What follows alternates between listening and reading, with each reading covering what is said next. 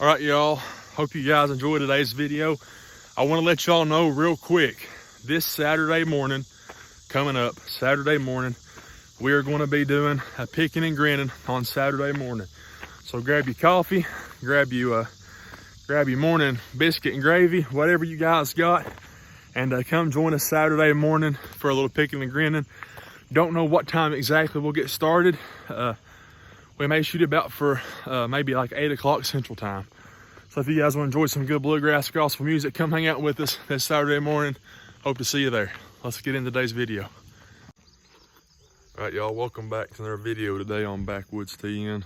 Good to see you guys again. And yeah, before we hop in the video, we're trying to get to 9,000 subscribers in the next couple of weeks. So if you guys want to help out, hit that subscribe button. Really do appreciate that if you guys like the content.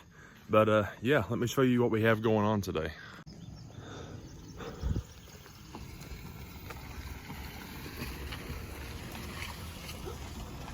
So if y'all notice, that is not a that's not an orange winch. That is a John Deere winch. We've spent the last several days trying to fabricate this to make this work. So I'll give you guys a lot more details a little bit later in the video, what we've had to do to try to make this work. But right now we're headed to town to try to get some items to try to keep making this fabrication process keep going, to try to make this line up and work correctly. So hang with us. We're headed to town to get some stuff, and we'll be back and we'll give you guys the full rundown on what's going on here. All right, you guys, we got back from the town getting some of these supplies that we needed to try to make this little project work that we've been working on. So right now I'm gonna flip the camera around and show you guys kind of what we've been diving into the last few days. All right, so you see the old TimberJack sitting here. We're parked out here by the knuckle boom, out here where we load our trailers at and stuff. So we get closer, y'all are gonna start noticing a few things look different over here. For one thing, pretty much every side panel, floorboard, everything is out of this thing. Connor. What's so funny? Say, everybody wants to know what you're laughing at. They want to laugh too. That's so funny. So as we was just saying, all the floorboards out, the battery sitting right here, everything, and then we get back here, and it really looks different. So this is a John Deere winch. TimberJack and John Deere kind of merged together, and they started making these John Deere winches that were based on the old John Deeres. And everyone that we've talked to has not said a single bad thing about these John Deere winches. They've only got good things to say. Ain't that right, Connor? Huh? Hasn't everybody told us that we'd like this winch a lot better once we got it? Mm-hmm. That's what everybody said, right? And the first winch we got, nothing would line up, and the seal keep blowing out. So we got a John Deere winch from a used parts dealer around home, and he thought it would work. Well, what we realized was, once you get it on, TimberJacks turn the PTO a different direction than the old John Deere winches. So what we got was a winch that was meant to turn one way, and our skidder turned the PTO a different way. So we literally did all kinds of fabricating to make it work. Just to name a few, these winches go off a plunger that engage and disengage the winch and make it free spool and everything. We brought that up, we hooked it into the handle that we normally use for the Gearmatic winch. We hooked it in right there. And so we done that. We got it bolted up right here. And then we also ran it down through the floorboard and made a bracket over here on the side, which we hooked to this plunger right here that would engage and disengage it. We did that. We lined it up, and thankfully the Lord blessed us a lot with the bolt holes line up perfectly with the frame on the TimberJack. So that was really, really good. Helped out a lot. So we had that bolted down. We had the plunger and everything bolted in. We had ran new hydraulic lines from the winch over to the hydraulics on the skidder. So we had everything figured out, we thought. We hook it up, we engage the winch, and the winch, instead of rolling up this direction, started rolling this direction. After about 30 seconds of that, right here where the yoke's at, it blows the seal out of the yoke. So we done that twice, and we realized that it was turning the wrong direction and we cannot use that winch anymore. And also, by the way, I didn't mention the fact that we had to fab our drive shaft on the skidder to line up to the yoke on the old John Deere winch. So this is the second winch that we've had in this skidder in the last week. And so when we figured out what was going on, that was probably about Thursday of last week. We went, got a new winch, brought it back, and now we've started on this. So, okay, so just to name a few of the things we have done, we got to get finished. We got the hydraulics hooked up to it right here. We capped this hydraulic spout off. We don't think we're going to need it. So that comes up through here, right there, and goes up and hooks in right there. You guys can see that. So that hooks up right there. We were able to use this same plunger setup where we're hoping, and that's what Dad and Connor was working on over there, was that bracket to mount to the side of the winch to line up with the plunger. And then Connor said that our drive shaft's going to line up to the yoke on that one, right? So hopefully. Connor said. And something else, we had to completely cut off the battery box on the back of the skidder because there wasn't enough room for it to turn and the winch to not hit the battery box. So there's been several things we had to do to modify to make it work. It's been a pain for sure. And probably one of the more challenging things is, you know, everyone says, you know, we've heard from several people, hey, why don't y'all put a John Deere winch on the TimberJack? You guys will like it a lot better. But then no one knows exactly everything you have to do to make them, you know, function the right way. So we reached out to several people, some of people we know personally, gave us some pointers, you know, maybe on some things to try. And we also even tried calling Logger Wade to see what he thought about it. And he didn't know a whole lot about the right ones to get for these skidders. But we figured out you have to get a John Deere winch that's came off a TimberJack whenever the two merged, and those are the ones that should work. So I'm really curious, the ones that go in the comments, let us know if you guys have tried this before, or if you guys know anybody that has put a John Deere winch on a TimberJack. Everyone says we're really going to like it once we get it on and everything, but it just seems like it's been one setback after another getting it to work right, because we literally had everything hooked up to the first one. All the lines ran, the fab work done, everything. Put it on there, start to turn the wrong direction. And so, I mean, there's no way to know that until you hook it up and everything. So that was definitely kind of a, you know, a slap in the face after you got it all done. But now, this is round 2. All right, so we're currently having to run home real quick to put the Sawzall battery on charge. We're still having to do some cutting to make it work.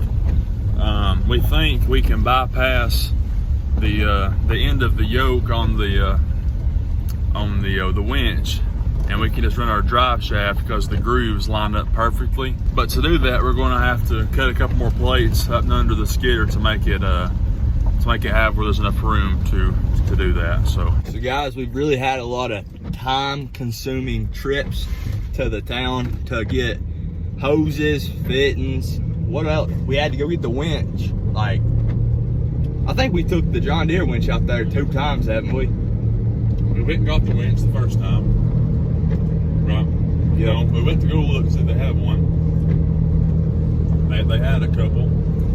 They took it off the next day. We took ours off the same day. Went out there, got the first winch, came back with it, put it in, had to make a couple trips to town to get fittings, lines, the whole 9 yards to make it work. We had to go have a guy that we know over here in our town. He had to do some fabricating work to line the holes up to the yoke of the drive shaft. Do some welding on a bracket we had to get done. Had to do some welding, so we did all that, get it lined up. Doesn't work like we was telling y'all. Then we take that winch, we unhook everything, take it back out of our skidder, go all the way back out there. He said he had another one that we could try, which is this one right here. We go get it, bring it back out, set it back in there, go back to town a couple times to get everything we need, because you you don't know what you're going to have until you send it in there. Yeah. So, yeah, it's been a whole bunch of trips. So basically, we've been working on this thing for like almost 2 weeks. A week yesterday. A week yesterday? Yeah. We started having problems with it about 2 weeks ago, right? Last week on Monday, we skidded some trees with it, and it started not holding its load. We brought it out and considered buying a new band for the Gearmatic, but instead we decided to try to get a new winch. Yeah. And that's whenever we started pulling it out on pretty much on Tuesday. We started trying to pull it out, so that's how long it's been. All right, well, guys, leave in the comments how many times you think we went to out to town to get parts for this thing. We'll try to figure it up and see how many times we went, and whoever gets it right the first will pin your comment at the top of the comments. Hey, daggum, that's a special thing, son. Yep. All right, y'all, we had to end up coming out here to the place where we got the winch at, and we was looking around trying to see if they might have a one of the gaskets that went on the end of the plunger. So we was looking for that, and then we come across this sitting here, and the timing's pretty funny. What are the odds they have a newer style TimberJack sitting out here at the exact same time that we just got a winch just like this style and put on our skidder. So just kind of trying to look right here and see how they done all the hooking up. So they got their plunger right there, just like we got their hydraulic line. But I thought that was pretty funny timing with that TimberJack was sitting out here at the same time as ours. That's a 380C, ours is a 380A. Pretty sharp looking rig right there. I wouldn't mind knowing how much he's asking for that. But yeah, we're gonna go back home, see if this gasket will work. And yeah, just wanna give y'all an update. All right, y'all, we just got back again, and we're going to see if this seal is going to work. So what we gathered is last time they started up to see if the hydraulics were going to work right. You said hydraulic fluid started coming out from this crack right here? Yeah. So we put that seal in there. We're going to see if it works. We might have to end up ordering a couple new ones. And we're going to see if it, we're going to see if this thing leaks or not.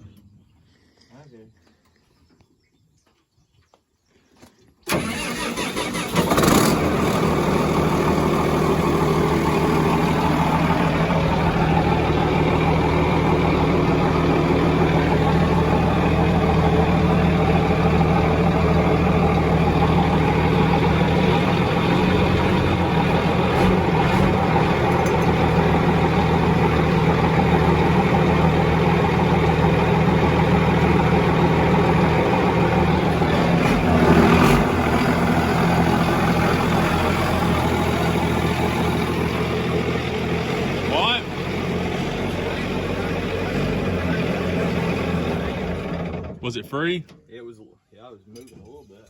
Get us it's low on fluid. Get us well, it builds pressure. There was no leak there. Did a bunch of it pour out last time? So that's got it sealed off for now? Well, we don't know. It may just be low on fluid. So it's low on fluid, or that's actually working? One or the other. Hello everyone.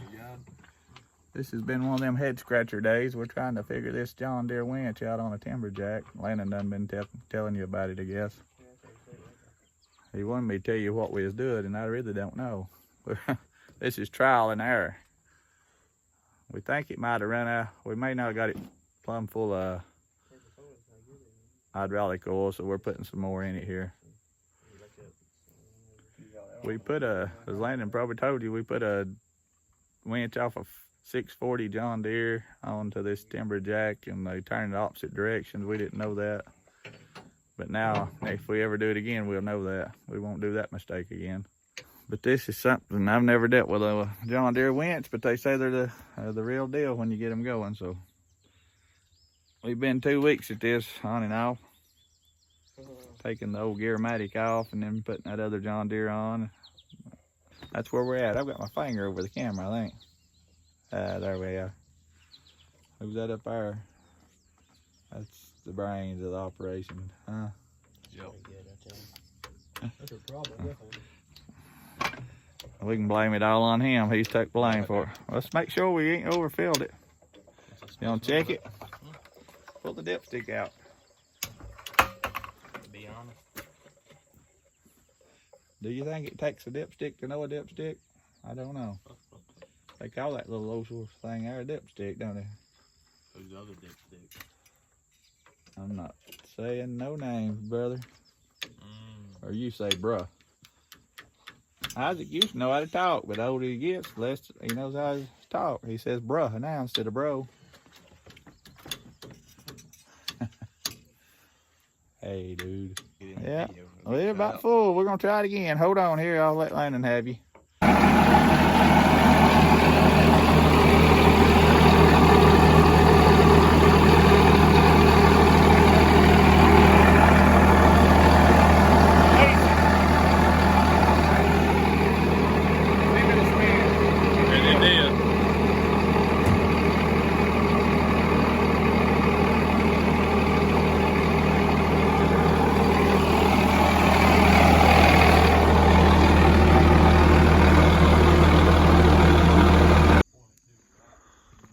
All right, y'all, it is the next day from what y'all seen, and we found a couple things that we're gonna have to do. So the line that we had running from the return, we have found out it's not gonna work where we had it hooked up at. We're gonna have to run it down to the bottom of the bottom of the, what was it again, Connor? Transmission tank down there where the fluid goes. I'll go down to the bottom of that tank and run it down there. So Dad thinks he's found a place he can put it in. We'll see if we can't give you guys a little bit of a view here. So y'all seen yesterday, we had it ran right here. We just got this unhooked and hooked back up. We was using this T that they made us at D&D up there in Jamestown to run. And we hooked it up to right there to that return line, and we had it right there. A little bit. But now they're down there trying to get that loosened to run it down to that tank right there. So that's the tank we're trying to get the fluid back into. So that's going on. They're trying to loosen it to get it down in there. And also we have found out that we're going to have to take out about 5 inches on this drive shaft right here because it is too long. So we're gonna have to either take out 5 inches on this piece or up here somewhere. We're gonna have to get 5 inches out of this drive shaft. So we've got a guy who can do it. It just might be a day or two before he can get to it. So it's still looking like it's gonna be next week before we can put this thing to work. But other than that, we think that might be all. We're hoping that's all that we're gonna have to do. Connor, what was going on yesterday whenever we had a line hooked up there? Was it losing all of its pressure? What was going on exactly? It wasn't returning, and it was filling the winch up though, and it'd lose all its pressure for some reason. So whenever you pull the lever up, I'd push the lever down, pressure would go down, and then when I'd flip it back up, it'd go back up. And then the winch would move just a little bit when I had the lever down, but then lose all its pressure and then it wouldn't move. So yeah. And whenever all that was going on, it was blowing. It was blowing air out that spout right there. So wasn't the right way. It couldn't return the fluid enough. So hopefully when we get the line ran down there, it should work properly. So once we get that hooked up, we'll try to give you guys a little bit of an update and see if that works. All right, guys, we're probably gonna start wrapping the video up here. We had a funeral we had to go to today.